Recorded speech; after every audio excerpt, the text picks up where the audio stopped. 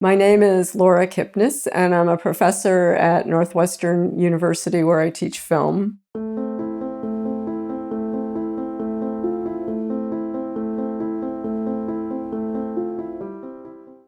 Welcome to my exp.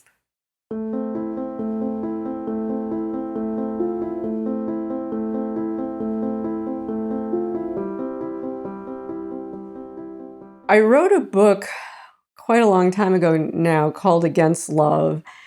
And as some people pointed out, it actually wasn't so much against love as it was against marriage, because it was a very romantic book, but the people that it romanticized were adulterers who were, trying to escape the confines of domestic monogamy and strike out in this kind of in these bands of rebels and insurgents and create these new cultures. So I was kind of interested in this idea there was this institution, or this way that love became incorporated into institutions and contained within these norms like, monogamous marriage or domestic coupledom. And so I was interested in the defiance of that. So people both wanted into the norm, and then they wanted to resist and rebel against the norm. I think that at the time that I wrote this book, which is now almost 20 years ago, I think that I felt more able to generalize about love and maybe universalize in a way than I do now. For one thing, I think these things play out differently generationally. I think at that time I felt like I understood enough about the conventions or the norms that people lived within. And I think those have changed.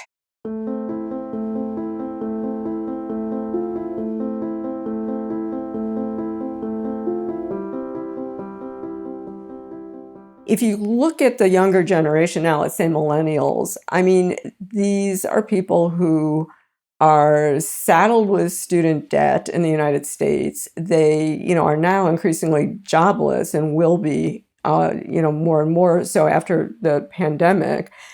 They are, if they don't have full-time jobs, they generally don't have health insurance, which means they can't think about having children.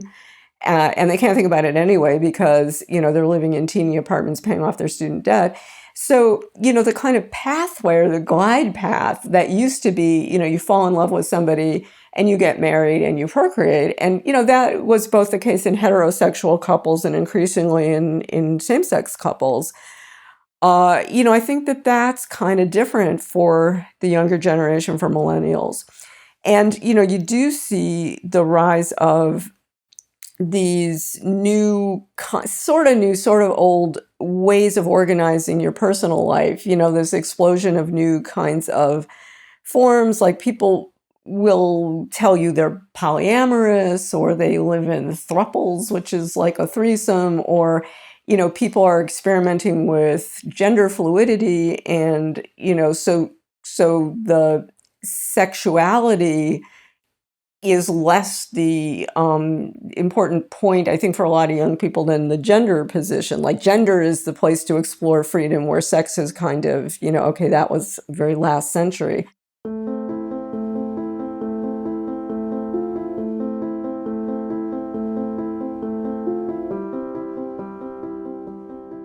I'm wondering, has sexuality been eclipsed by gender?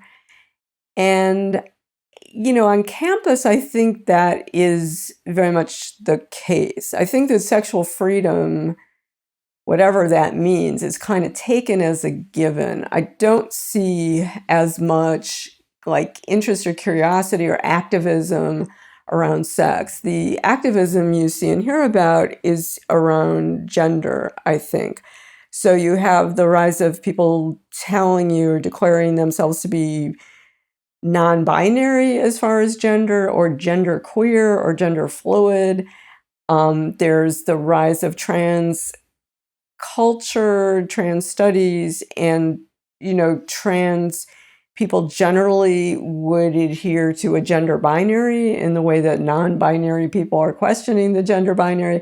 So, there's just like a lot of like activity around questions of gender, and how that plays out in terms of what people do in bed and who they do it with, I think is very variegated.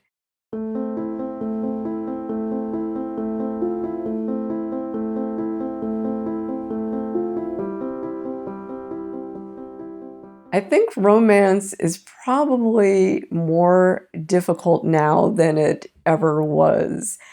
I wrote a piece a while ago about seduction, and, is seduction just done? Because, what used to be seen as seductive behavior, is now probably seen as creepy, because seduction implies that you're trying to, gently persuade, or without their knowledge, get somebody to do something that they wouldn't have done on their own volition. And, where seduction used to be a kind of great there was a great desire to be seduced. I mean, look at romance literature for women, which is all about some woman being seduced or her will being overcome, or some man that she at first thought was despicable, she ends up thinking is, this great romantic hero. Those genres and those forms, I think, are somewhat on the wane because, with the rise, and this comes from campus, but it now extends to, corporate culture and everywhere, of consent, informed consent, written consent, the idea of never doing anything with somebody that they didn't first explicitly consent to. Consent, you have to have already thought through whether you want this person, whether you want this person to touch you in this or that way, as opposed to being taken by surprise and being surprised by your own desires.